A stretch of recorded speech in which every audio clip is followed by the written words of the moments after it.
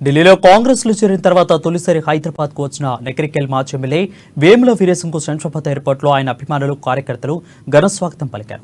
తెలంగాణ వ్యాప్తంగా బీఆర్ఎస్ పార్టీని ప్రజలు చేతరించుకుంటున్నారని, కాంగ్రెస్ ను గెలిపించేందుకు సిద్ధంగా ఉన్నారని ఆయన ధీమా వ్యక్తం చేశారు.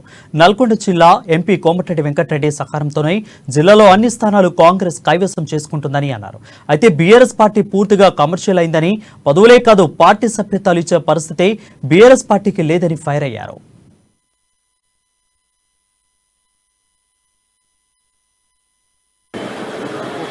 ఏఐసిసి సీనియర్ నాయకులు పెద్దలు గౌరవనీయులు రాహుల్ గాంధీ గారి సమక్షంలో నిన్న కాంగ్రెస్ పార్టీలో చేరటం జరిగింది. ఈరోజు రాహుల్ గాంధీ గారిని కూడా కలవటం జరిగింది.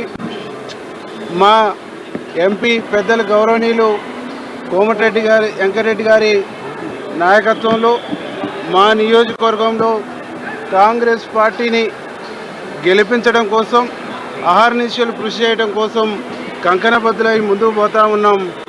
కాంగ్రెస్ పార్టీని నియోజకవర్గంలో తిరుగులేని శక్తిగా తయారు చేసేటువంటి ఒక కర్తవ్యంతో ముందుకు పోతాం. ఇప్పటి వరకు కాంగ్రెస్ జెండా మోస్తున్న కాంగ్రెస్ పార్టీలో వివిధ స్థాయిలో